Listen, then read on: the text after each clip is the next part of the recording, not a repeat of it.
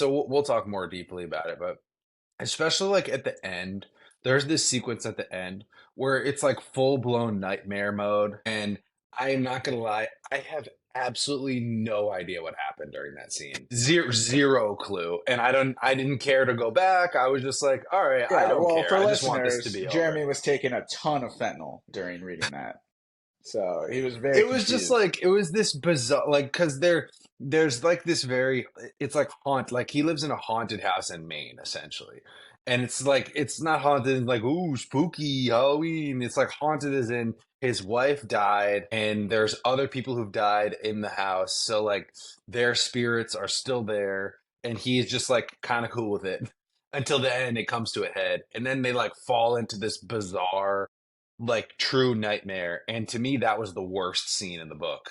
Otherwise, when it was like not trying to be like nightmare-y and was just, it was still kind of scary, like even in its own The like tone. little, yeah, and like just the little moments. I was like, all right, like I'm about this. I'm feeling like a little edgy, like this is good. And then it goes full blown, like, all right, there's a spirit in my dream here. And then I was like, okay. But that's probably only 20% of the book. I think 80% of the book is him painting this small town in a just lovely, really, really amazing way. That's fair. The I didn't mind the nightmare episodes as much because again, I'm a sucker for horror. I want to experience the fear I felt the first time I saw Hereditary in theaters, and I've been on a search to have that in books. It didn't scare me in this book. I think for me that was the bigger issue, and I wanted to be scared. I wanted to be reading this and freaking out, and I just haven't had that reading a book yet.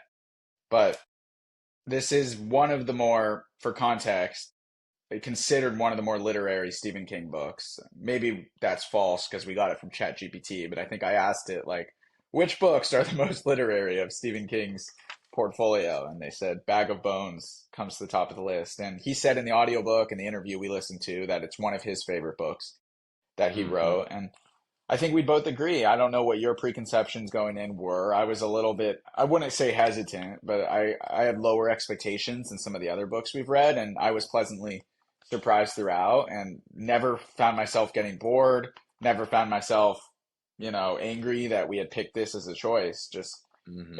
it sometimes felt like a very popular book in the sense of there's not a lot of ambiguity morally for the characters, despite clear attempts to make ambiguity.